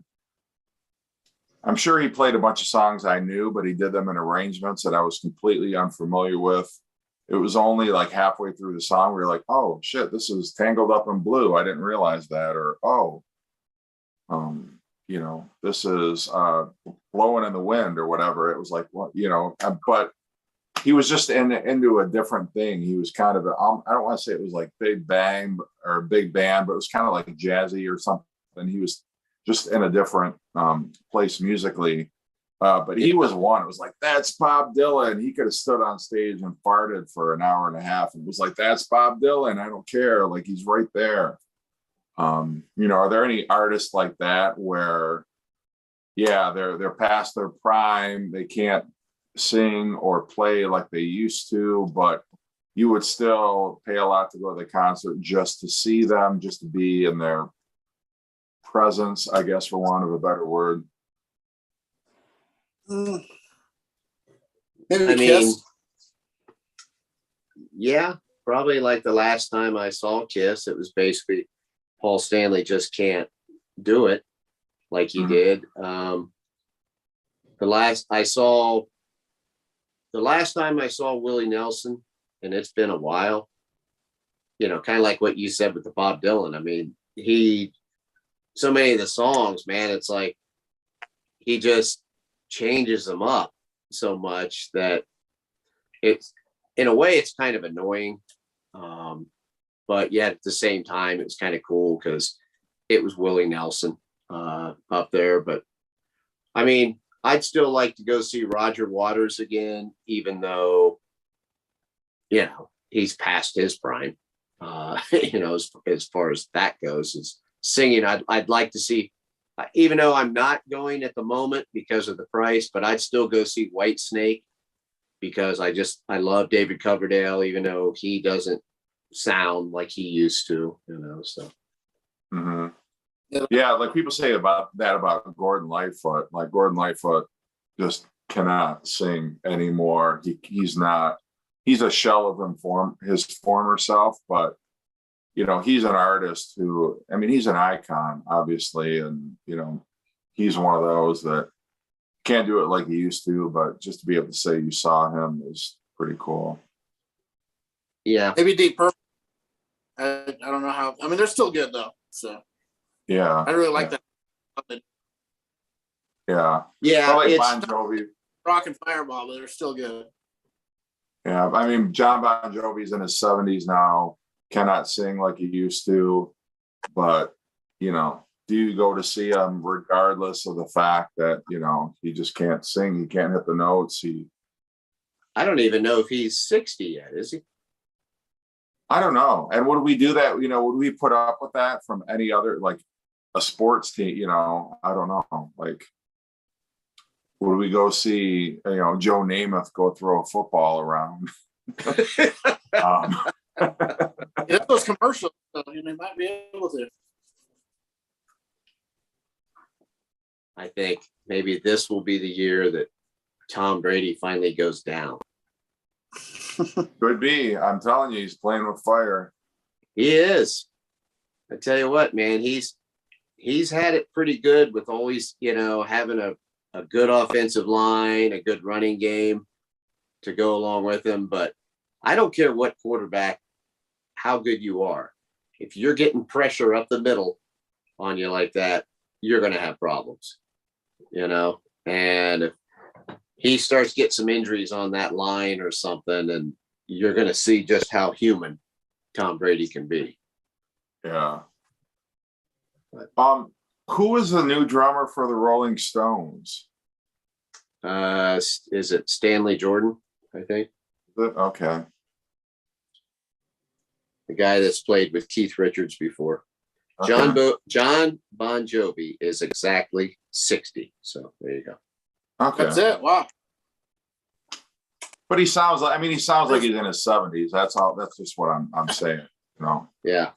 He may as well be in his 70s. So we got a couple going along with what you were talking about here, Jeff. Mike says Motley Crue and Def Leppard will fill stadiums this summer. Neither singer has had a great voice for over 20 years. People don't care. They just want to party. Yeah. Did Vince Neil lose any weight? I don't know. You haven't seen him for a while. Yeah, I'm just The wondering. more you drink those concerts, the better they sound. And then pretty soon they sound just like they did in the 80s, if you have 10 beers in you. Well, I think Josh is right. I know what he said there last week or whatever. He said that Poison and Joan Jett are going to sound better than both of those headliners as far as how they actually can sound today. So, Yeah. I don't know. I don't think Def Leppard has sounded singing wise good for quite a while. You know, I just think they like we discussed this, you know, before, they did that to themselves, the way they started producing those albums. Mm-hmm. You know? You can't match that live. So have you heard their new album? I'm hearing good things about it. People are saying it's pretty good. yeah, I'm hearing good things too, but I haven't heard the album. I did like one single from there a lot, and the other two songs I heard, I didn't like it at all. So I'm really on the fence with it. They did have the one song, I forgot the name though, I really liked. I think that's the best thing they've done since Hysteria, just that song. So I haven't liked anything since Hysteria, really. Mm-hmm. I didn't like it Rise or even that one. So after Steve Clark, they lost their songwriting. Has there ever been a band or an artist where you loved everything they did up to a certain point, and then they came out with an album and it sucked so bad, or it was so different from anything they had done before, you're like, yeah, I cannot do. I'm done with this band or this artist? I don't give up on the artist completely, but yeah. Maybe like the stuff, I guess, like in the case of Def Leppard, I got to a point with Def Leppard where I wasn't interested in their newer music, but I still had a tendency to buy it. And then I'd listen to it and never listen to it again. Uh-huh. I mean, that album they did I think the last one I bought from them was that some Sparkle Lounge thing, whatever it was. And that was horrid. That was just a horrible album. Yeah, I think for me, there's a couple like U2. And I know, I don't know, U2 seems to be very polarizing. I love early U2. I love U2 up to Octane Baby. There's certain albums after that, you know, I can appreciate, but I feel like that Songs of Innocence and Songs of something else, it's like I am done with U2. I just can't get with their sound anymore. Like they've gotten so far into trying to keep up with current trends and trying to be, you know, contemporary. They've just lost the plot so badly. I just cannot. I'll never buy another U2. If I never buy another U2 album, I don't know. I mean, you know what I'm saying, though. I mean, a band like U2, where it's just like they've just gotten so far from what they used to be. I just have no interest. I don't care if they never put another album out, honestly. REM towards the end, I kind of got that way with. After a certain point, you know, it was just like they're not the same band that I knew. Ozzy. I'm not a big fan of Ozzy. No Rest to the Wicked. I don't know why. I just am not. I kind of like that album, that last one you showed. Was the Black Rain? Yeah, I mean, there's a couple songs here or there, but overall, the records, it's hard for me to listen to a whole record of his after that. There's a few songs here. Yeah, you're right. He never made complete. Early ones so good. Yeah. U2, I definitely agree on that. I mean, I lost interest. Like I never liked that whatever it was, How to Build a Better Bomb, or that's just that album is so boring. Yeah, I mean, that and everything right around that. I mean, you know, you talk about them changing their sound or trying to keep up with this and that. Now, for some reason, when they did that on Zooropa, it's like they did it ironically, and it worked. I liked a lot of that.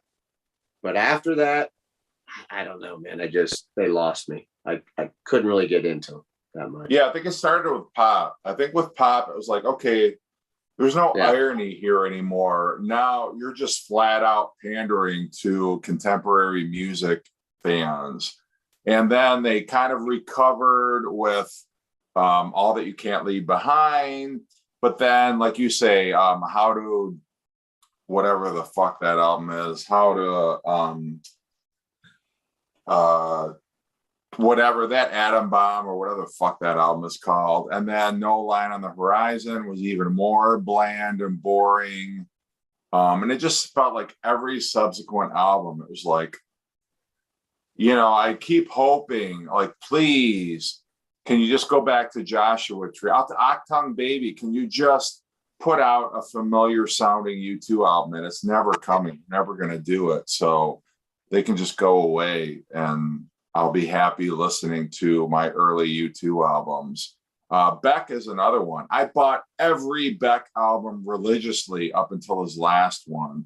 And it was like, that's a bridge too far. I just cannot. You're just trying to sound now like Lady Gaga. You're trying to sound like, all these contemporary artists. And Beck used to always kind of almost be ahead of the curve.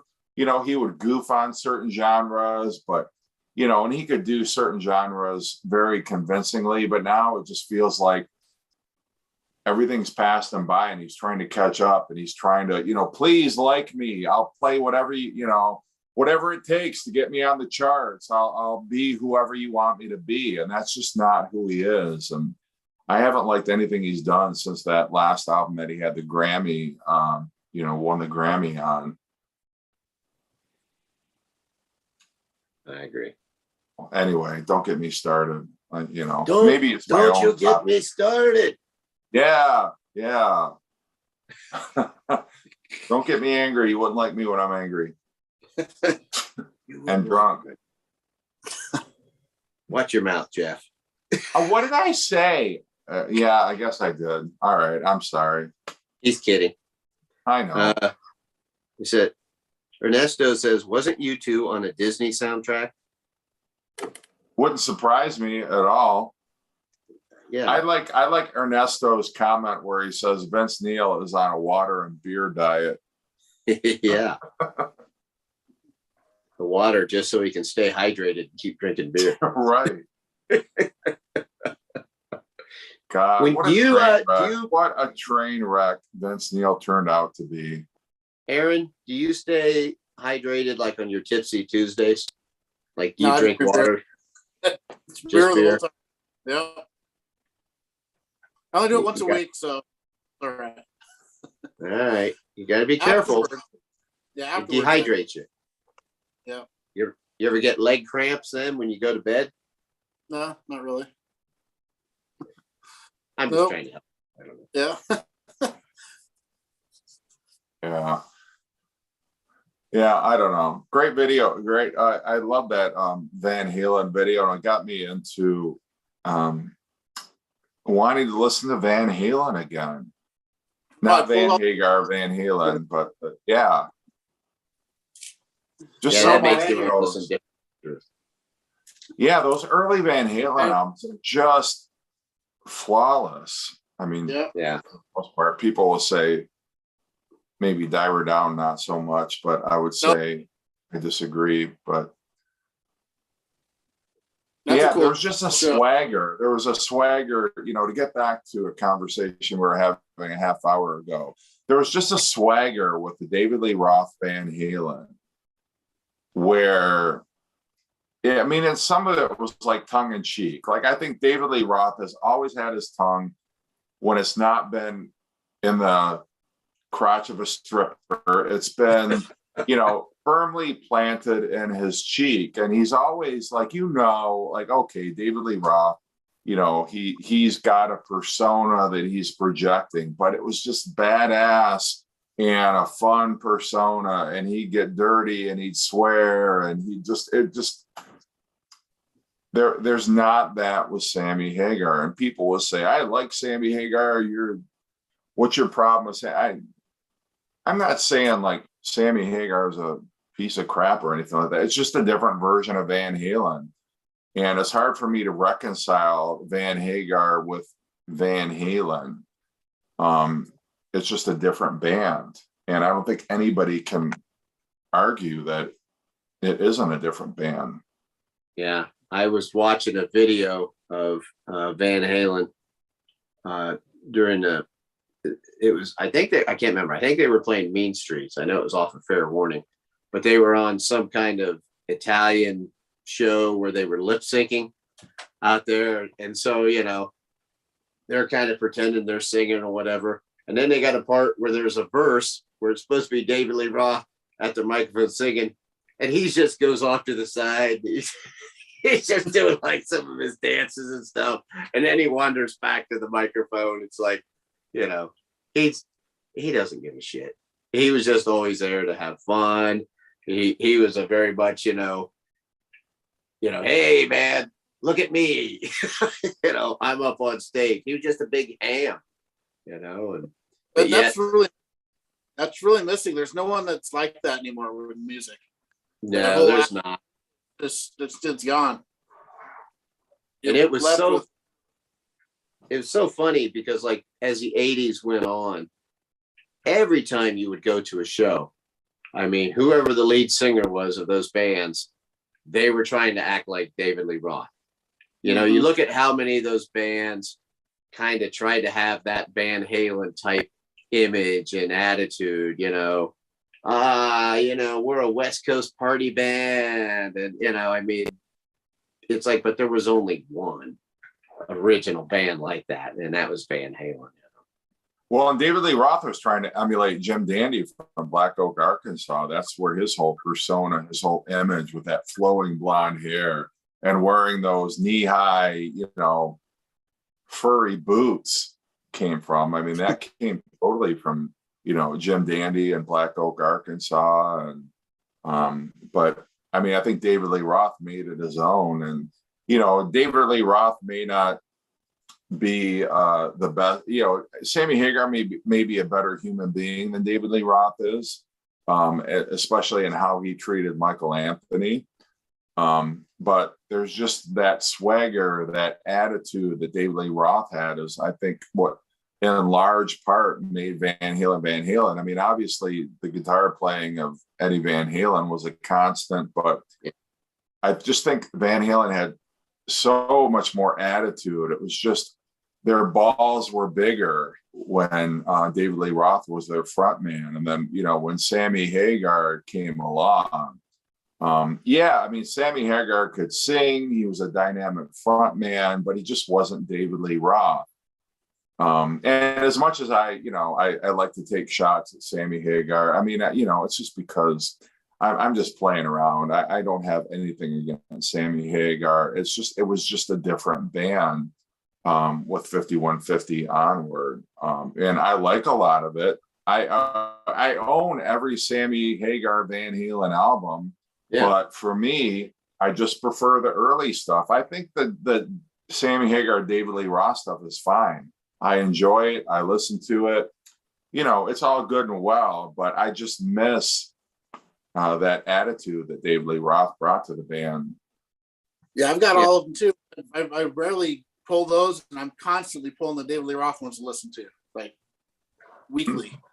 I rarely go to like if I want to hear Van Halen, I'm certainly not putting OU812 on. I'm not putting Balance on. You know, I'm going to throw on Fair Warning. Yeah, I'm going to throw on the debut album. To me, I like to go to the Hagar solo stuff more than that almost. I like a lot of that a lot. I think he did some great solo work. Right. Yeah, and that's what's funny. I agree. It's like Sammy Hagar on his own. I don't know why, because it's like, all right, well, that's his band. That's his thing. It's like, but you're not supposed to be in Van Halen. I don't know. He almost had a cool attitude too, solo, and it's weird. It's like it kind of disappeared in Van Halen, that rebellious attitude or whatever he had. I mean, he had it when he was solo. Before that, it seemed like a good fit. Yeah. Well, and to be fair, nobody was going to be David Lee Roth. I mean, you know, who are the candidates that they had to choose from? You know, I would say, you know, as far as the candidates that we heard were floated out there, Patty Smythe, Daryl Hall claims that he was approached to be the lead singer of Van Halen. I mean, I would say Sammy Hagar was probably the best choice given what options they had. And, you know, can you imagine Daryl Hall? No, I mean, that would have totally killed. The only person that really did it would be like someone like Ronnie James Dio. He probably could have done it, you know, would have worked, but it's hard to imagine anyone. even though he wasn't anything like David Lee Roth, he just had that persona, bigger than life persona himself. So Right. and he had a voice. Yeah. Well, and I feel like, it was Van Halen when Sammy left. If they couldn't bring David Lee Roth back, that should have just been I mean, who am I to say? I mean, that certainly, I'm just a numbskull fan, but I just, I don't think they should have made Van Halen 3. I think that was just a mistake. We don't need a third lead singer of Van Halen. If you couldn't work it out with David Lee Roth, then maybe it's time to end the band until you do. I wish that the follow-up to Balance had been a different kind of truth instead of Van Halen 3.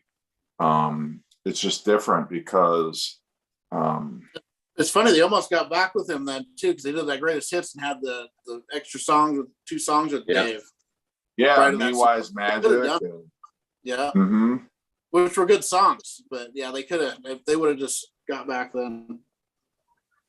But who knows? Well, and Van Halen too were so prolific in the David Lee Roth era, and to some extent in the Sammy Hagar era, and then like after Balance, almost like you went a decade without getting a new Van Halen album, and I feel like so bad. It was like such lost time because there's no no Eddie Van Halen music out there. As gifted as a musician as he was, I mean, after Balance, I mean, what was the time frame between Balance and 3, and then 3 and A Different Kind of Truth? And I know Eddie Van Halen certainly struggled with alcoholism, and I think he was trying to get sober, trying to get well, and I think that railroaded a lot of his musical output. But I wish we had more David Lee Roth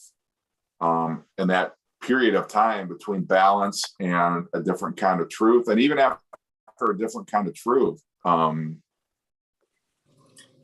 almost the early David Lee Roth solo albums with Van Halen records more than Van Halen in a way. Like with Smile, A Little In Enough, those 3 records were almost like Van Halen records. Yeah. I mean, they don't have Eddie Van Halen, but they just had that same attitude to them a little bit. I agree. There's a comment on here I want to ask you guys what you think. Now, are you guys familiar with Steel Panther? Yes, I've heard of them. Yeah. What's your take on that? I like them. I mean, I can only take a little bit at a time. One of the records I liked a lot, I think it's called Balls Out. The other ones are kind of, they're all right. And they're good musicians. They're really good live, and I enjoy them. But it's almost like a novelty where their lyrics are so extreme that after you hear them a few times, it gets old. But they're fun to listen to a little bit here and there. That's trying to be like the Darkness. No, they're like a parody of 80s bands. But they're actually really good musicians and everything too, though. And they play. Yeah, they're really good. They sound great. But that's the thing. It's kind of like I mean, they're fun to watch to a point and listen to. Yeah, they sound good, but like you said, they're the fact that the lyrics are kind of over the top jokey. I don't know. It's kind of like it's like the first 2 times you hear them, they're like, "Oh, that's smart." That's good. Then it's like the joke gets old, kind of. Yeah. To me. But they're kind of like Jack Black's band that he had. Tenacious D. Yeah. Yeah, I like them. Mm-hmm. But is like Steel Panther like that, where they're just trying to like on the whole thing, or no? They're kind of a goofy but serious at the same time. They're like very over the top sexual lyrics and stuff like that. Mm-hmm. But they're good for what they are. Yeah. Pizza Sparkle Lounge sucked. Euphoria was good. Only one since the 80s that was good.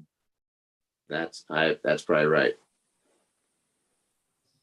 I just don't like. For some reason, I can't listen to him after Steve Clark. It's like I don't know why. I feel like Joe Elliott's voice didn't.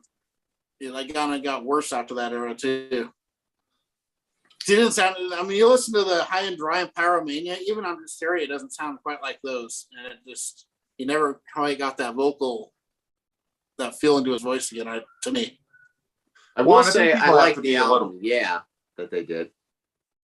I mean, how do you feel? With like iconic bands like Kiss or Bon Jovi or Def Leppard, when the lead singer is no longer able to hit the notes, when they can't do what they did. And to be fair, like, you try and do at the age, in your 70s, what you could do in your 30s, like impossible. So I think people are holding like singers to a higher standard.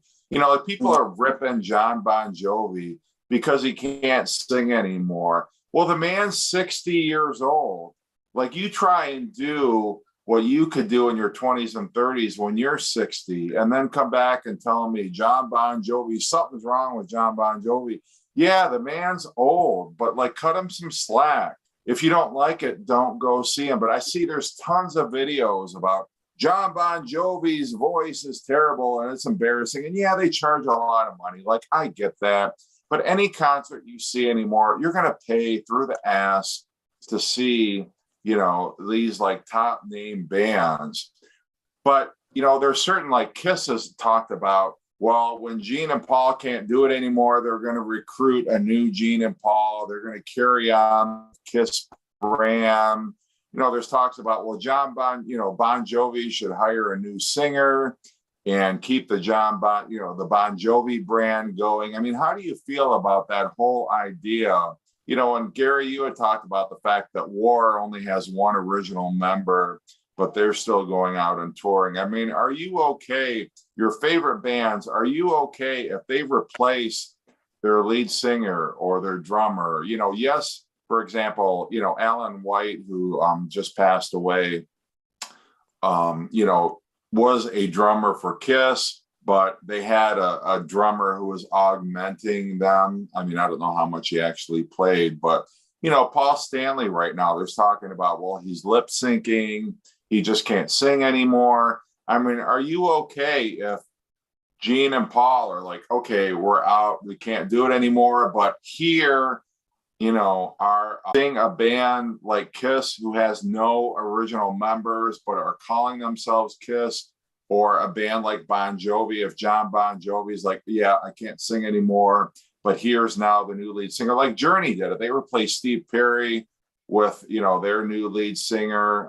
I can't think of his name right now, but, are you okay with them swapping out legends essentially, and replacing them with sound alike, like Yes has done that with John Davison, sounds a lot like, John Anderson. I mean, are people okay with that? Are you willing to pay money to see bands where you're Frankensteining members just to keep the brand going?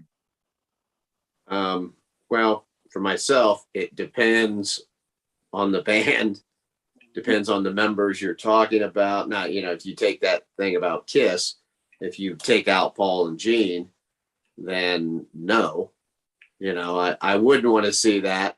Now, would I want to see it if the tickets were a lot less money and it's basically just a really good Kiss tribute band and they were pricing it that way? Then yeah, I got no problem seeing tribute bands. But if you're taking away certain key members and still trying to charge me, high ass prices, then no. But, and it, sometimes it depends too. If I, like right now, I would go see Yes, because I've never got to see Yes, so it's like whoever they got left in the band or who's ever been there for a long time, I'd still go see that so I could see it live. I'd still go see Uriah Heep, even though they've had a million lineup changes, and the guitar player I think is the only very original member left. But you're also talking about bands that have been around, for what, like 50 years or something, that they're not going to have the original members to it for the most part. It all depends. And, there's just so many factors in that. I mean, are you going to see a version of Van Halen without Eddie Van Halen, with maybe Alex Van Halen, with, I'd see it as a tribute show, but I wouldn't, it'd be fun just to see the songs, but if it's a tribute thing, if it's not them saying, oh, it's them, that's where it gets me. About like what Gary was saying. Yeah. Well, after the plane crash, people went and saw Leonard Skinner. Who the fuck was left on Leonard Skinner after that plane crash? That was notable. But I mean, that carried on for a long time. They might still be out there. I have no idea. I don't know if they're still touring or whatnot. But I think they are. Yeah. But like, who the hell is left original, band members from Leonard Skinner? Beach Boys. Beach Boys. Give you an example. Beach Boys. The touring version of the Beach Boys does not have Brian Wilson. Obviously, doesn't have Carl Wilson, doesn't have Dennis Wilson, doesn't have Al Jardine. You got Mike Love up there. It's essentially a Mike Love solo show, and he does the Beach Boys because that's the only music that he's ever put out worth a damn. But people go and see the Beach Boys. They throw the fucking beach balls around in the crowd, and they all sing and dance and shit. But that's not the Beach Boys. You got Mike Love up there. You got Bruce Johnson, who, in my opinion, is still half a Beach Boy.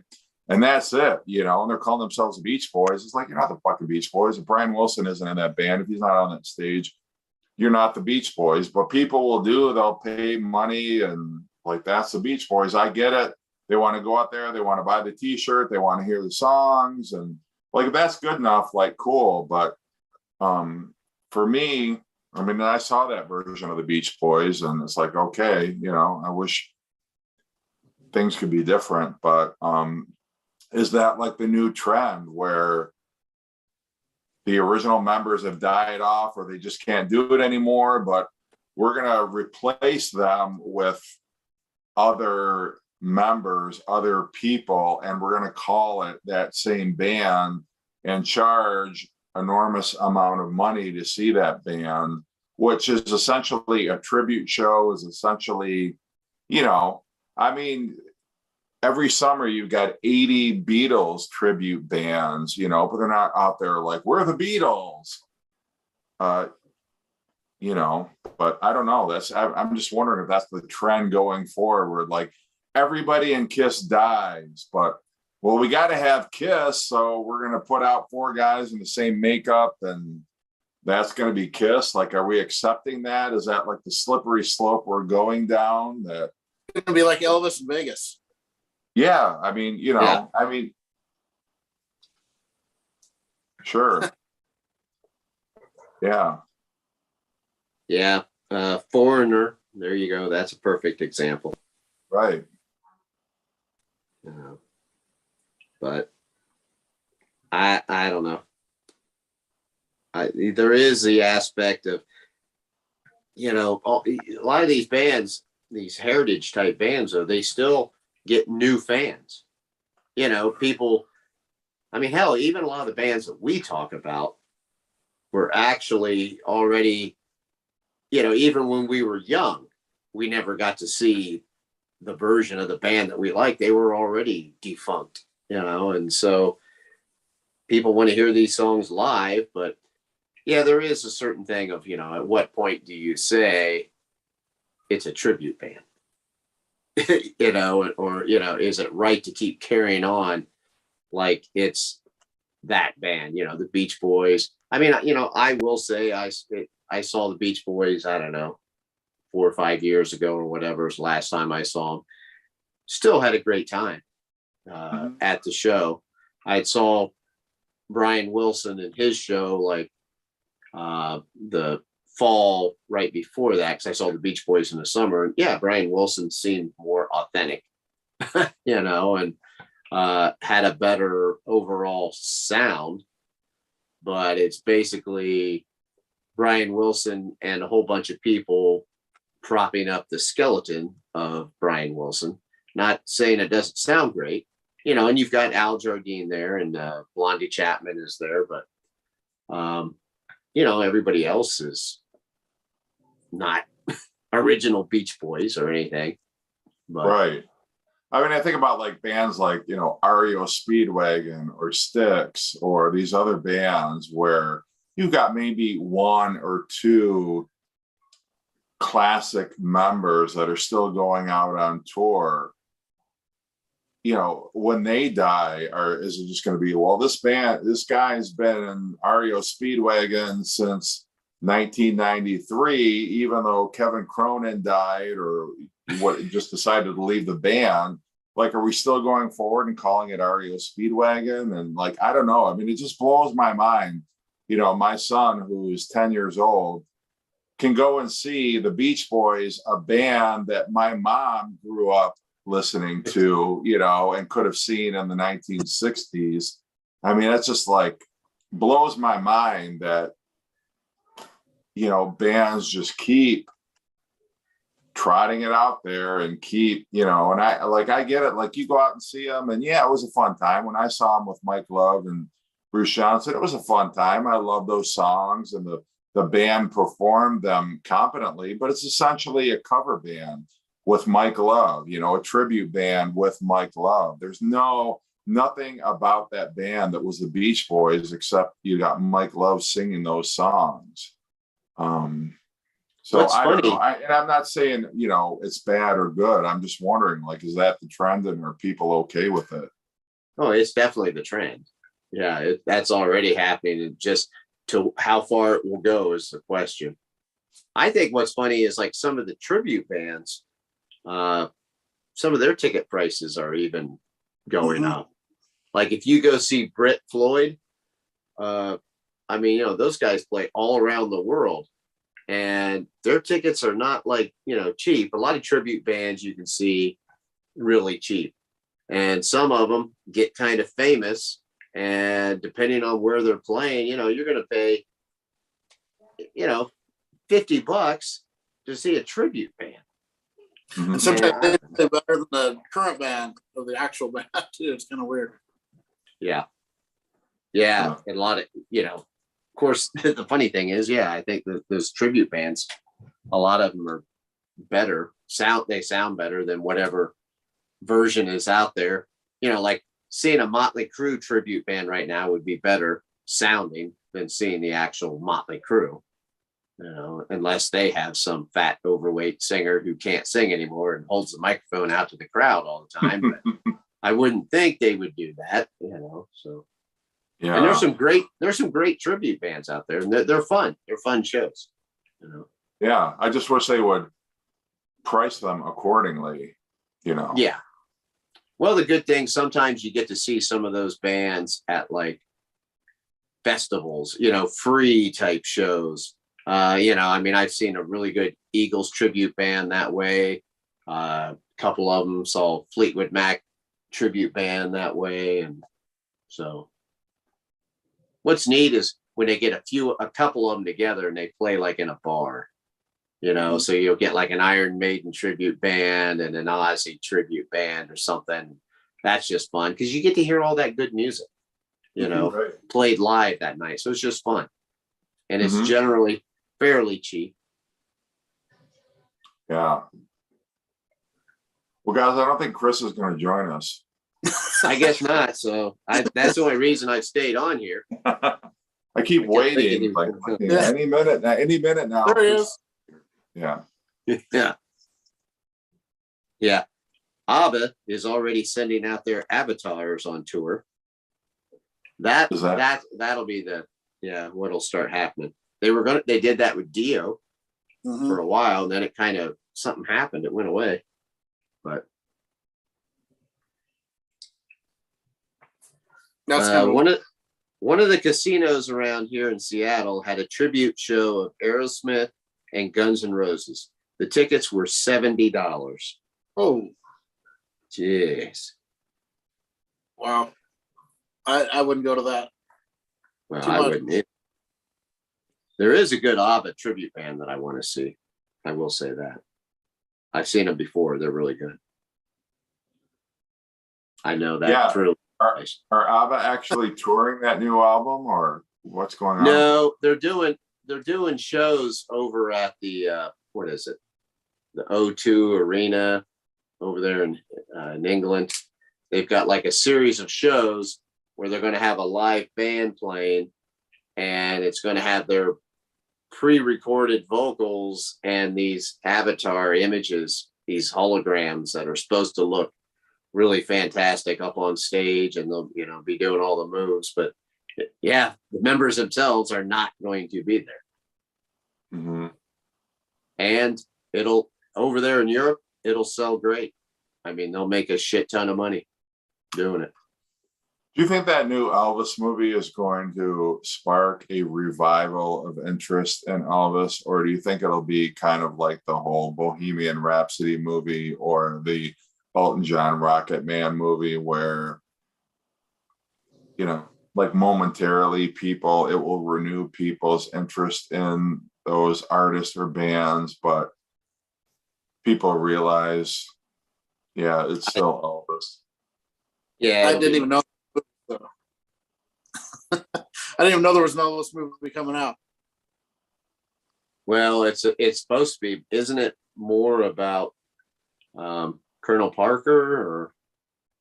Well, Tom Hanks plays Colonel Parker. I think it's still about Elvis. I think it's Elvis's story, and from all accounts, the actor who plays Elvis is amazing. But I just think like Elvis's music is so far removed from anything people can relate to now, and I'm sure there's still Elvis fans out there, but I don't know. I've just got this thing about Elvis where I feel like, he's supposed to be the king of rock and roll, and really, and I know there'll be people who disagree, but I feel like the only music that he put out that was worth a damn was like the late 50s, early 60s, and maybe a few songs in 1968 or 1969. And then he went back to singing to blue hair grannies again, and all his music from the 1970s is just bullshit.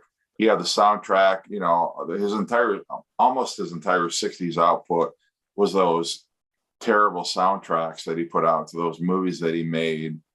I've just never understood, I know he certainly helped to, expand the popularity of rock and roll. He was one of the earliest rock and roll artists. He helped create and shape rock and roll. But after like 1961, I mean, he was a shell of his former self. He could sing, but the material that he was doing was just embarrassing. And in the 1970s, he could have given a total shit about, he was just, oh, okay.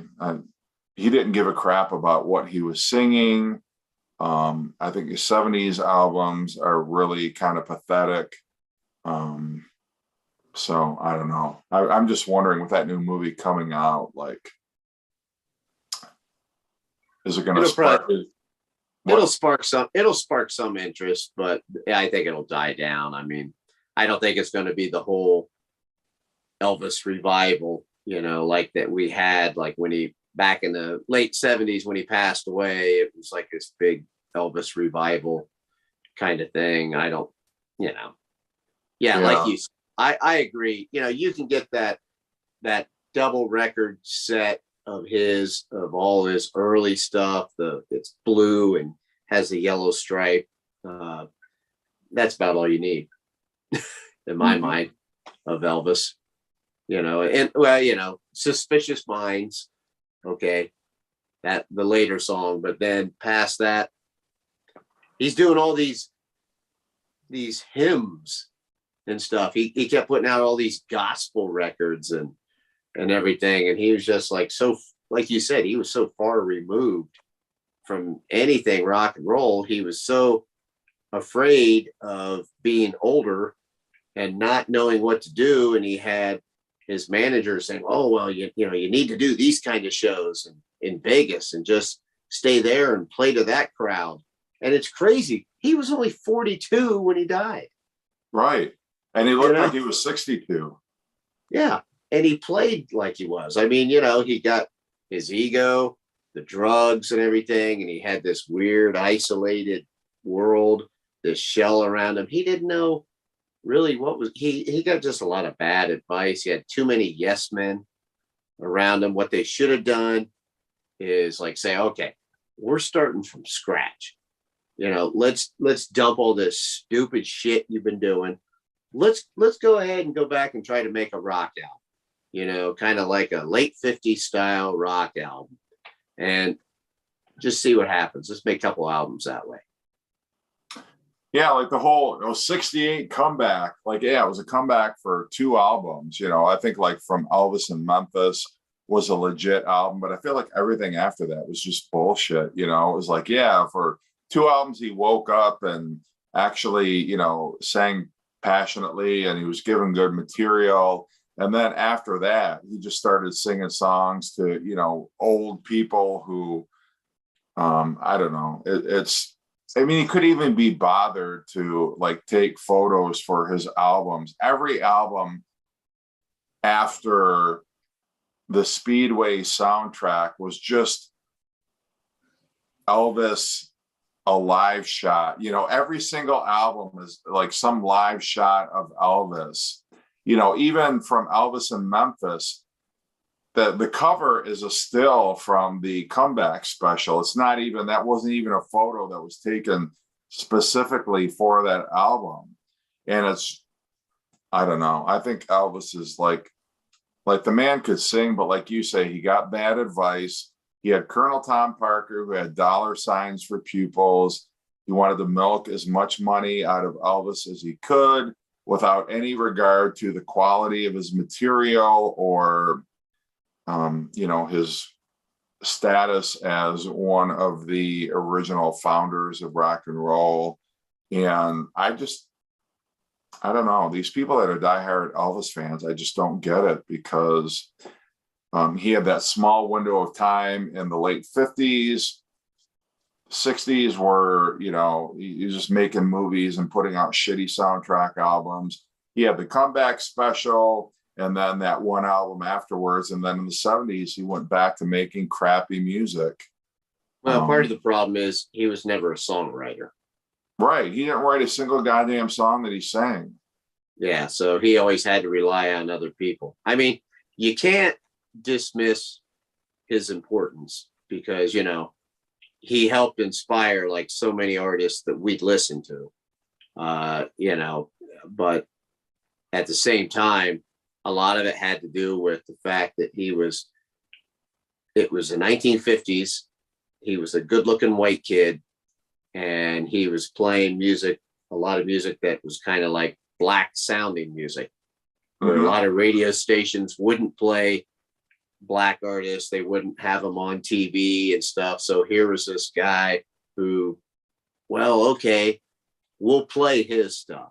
And so like a lot of kids got initiated into that and rock and roll through Elvis. Yeah. Ramon says, I'm waiting for the Elvis Cooper movie. Wouldn't that be a trip? That would be a good one. Yeah, why has nobody made an Alice Cooper movie yet? I mean, talking about interesting life. I like Elvis Costello. Elvis Costello is a way better artist than Elvis,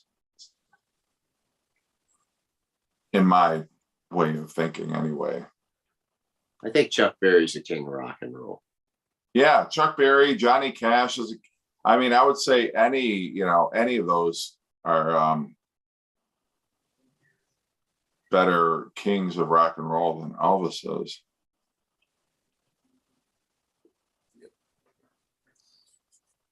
Peanut butter and banana sandwiches are coming back. Are they? Yeah. Are they going to sell them at the movie theater? Have either of you seen the Sex Pistols movie on Hulu? Nancy? Or it says no. It's called Pistol on Hulu, and it's based on the Sex Pistols, evidently. That's what No, I haven't, but I'd be interested. Yeah, I would too. I haven't seen it. Little Richard. Yeah, Little Richard did a lot for rock and roll for sure. Yeah, well, he did as much as Elvis did. Yeah, he was crazy. Yeah, Jerry Lee Lewis or, Yeah. you know, any. He just had to marry his 13-year-old cousin. But Right. Yeah. that didn't help. Okay. Well, I'm about ready to quit, guys. Yeah. No, it's been fun. Thank you, guys. Yeah. Thanks for everybody who has been watching. Yes. Thank you very much. Yeah. And next week, you know, I didn't know I had teased anyway that we're going to be talking about two bands from different genres that we're going to be talking about. Unfortunately, Chris and Brandon and Josh were not able to join us, but next week we're going to do that topic. It just, unfortunately, Josh and Brandon, their work schedules, they ended up having to work tonight, so they couldn't do the video, but we will do that video next week. But thanks for tuning in. And as always, thank you, Aaron. Pleasure to have you as part of the group. Gary, always a pleasure. And thanks everybody for commenting and joining on the video. And we will see you back next Thursday. Thanks, everybody.